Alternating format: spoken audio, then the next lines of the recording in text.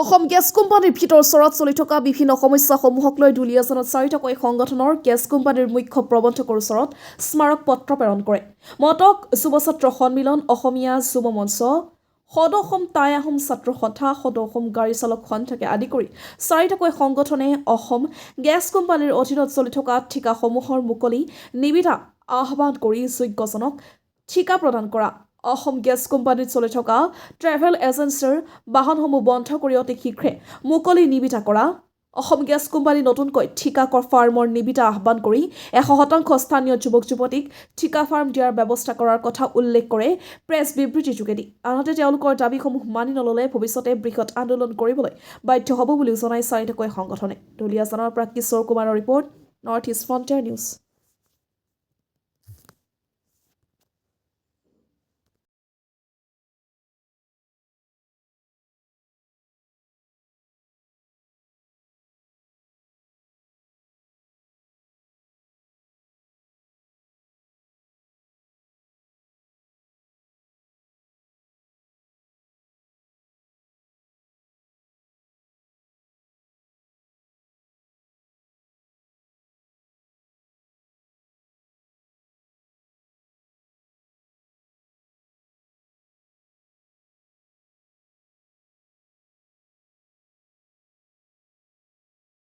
হয়, কওকচোন।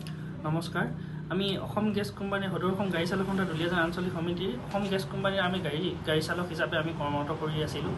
আজি এবছৰ ধৰি আমাক কোনো ধৰণৰ টেণ্ডাৰ হোৱা নাই। তো সেইটো কাৰণে আমাৰ PF ESI একো আজিলৈকে আমাক কৰি দিয়া নাই। আমি বাৰম্বাৰ গেছ কোম্পানী কৰ্তৃপক্ষৰ লগত আমি মিটিং কৰাৰ পিছতো আমাক কৰি দিম কৰি আজি বছৰ দিন পাৰ হৈ গৈছে। তো সেইটো কাৰণে আমি চাৰিটা দল সংগঠন একত্ৰিত হৈ আমি গণতান্ত্ৰিকভাৱে আন্দোলন কৰিম বুলি আমি এখন পত্ৰ প্ৰেৰণ কৰিছিলোঁ অসম গেছ কোম্পানীৰ কাৰণে।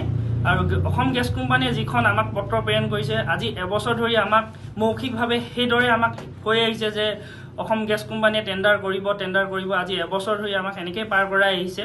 তো আমি গোটেইখিনি চাৰিটা সংগঠন মিলি পিনি আমি এইবাৰ টেণ্ডাৰ, PF ESI সকলোখিনি আমাৰ সুবিধা এইবাৰ কৰাম বুলি আমি চবেই ভাবিছোঁ, একত্ৰিত হৈ কৰিছোঁ। সাংবাদিক বন্ধুসকললৈ সংগ্ৰামী অভিনন্দন জ্ঞাপন কৰিছোঁ। আজি আমি বিশেষ এটা কাৰণত আপোনালোকৰ মাজত উপস্থিত হৈছোঁ। এখন পত্ৰ দিয়া হৈছিলে, দাবী পত্ৰ এখন দিয়া হৈছিলে অসম গেছ কোম্পানীৰ মুখ্য প্ৰবন্ধক।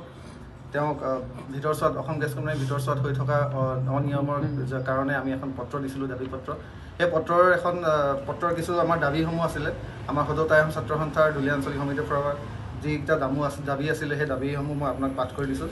অসম গেছ কোম্পানীৰ তৃতীয় চতুৰ্থ বৰ্গৰ পদ মুকলি কৰি 100% স্থানীয় যুৱক যুৱতীক নিয়োগ কৰাৰ ব্যৱস্থা কৰিব লাগে বুলি আমি দাবী দিছিলোঁ। অসম গেছ কোম্পানীত বাহন চালকে ধৰি কোম্পানীৰ অধীনত কাম কৰা সকলো কৰ্মচাৰী EPF ESIC বোনাছ প্ৰদান কৰাৰ লগতে প্ৰতি মাহৰ 7 দিনৰ ভিতৰত দৰমহা আদায় দিয়াৰ ব্যৱস্থা কৰিব লাগে বুলি আমি দাবী কৰিছিলোঁ। আৰু এই দাবীসমূহ যদি আমাৰ 7 তাৰিখৰ ভিতৰত সম্পূৰ্ণ নহয় তেনেহ'লে বা তেওঁলোকে যদি আমাক ক্লেৰিফাই নকৰে তেনেহ'লে তীব্ৰ এখন গণতান্ত্ৰিক আন্দোলন গঢ় দিম বুলি আমি ঘোষণা কৰিছোঁ। যিহেতু আমি প্ৰেছমিট জৰিয়তে আপোনালোকক মানে এষাৰ কথা ক'ব বিচাৰিছোঁ যে সদৌ অসম মটৰ জচলৰ সন্মিলনৰ লগতে আজি দুলীয়াজানৰ চাৰিটাকৈ সংগঠনে আমি যোৱা ইংৰাজী 19/11/24 চনৰ তাৰিখে আমি গেছ কোম্পানীত এখন দাবী পত্ৰ দিছিলোঁ। সেই দাবী পত্ৰ 15 দিনৰ ওচৰা-ওচৰি হ'ল। তাৰ ৰিপ্লাইত তেখেতলোকে দিছে যে সেই ভিতৰত অসম গেছ কোম্পানী আমাৰ লগত তাৰ কাৰণে কিন্তু অসম গেছ কোম্পানীহে জগৰীয়া। প্ৰথমতে কৈছিলোঁ যে অসম গেছ কোম্পানীৰ অধীনত চলি থকা ঠিকাসমূহ মুকলি নিবিদা আহ্বান কৰি যোগ্যজনক ঠিকা প্ৰদান কৰিব লাগে। কিয়নো তাৰ ভিতৰত গেছ কোম্পানীৰ অধীনত যদি কোনোবাই ঠিকা কাম কৰিবলগীয়া হয়, তেখেতলোকৰ এখন ঠিকা ফাৰ্ম থাকে। সেই ফাৰ্মৰ জৰিয়তে তেখেতলোকে নিবিদা ওলায়, নিবিদাৰ প্ৰক্ৰিয়াৰ যোগেদি তেখেতলোকে ঠিকা কাম পায়।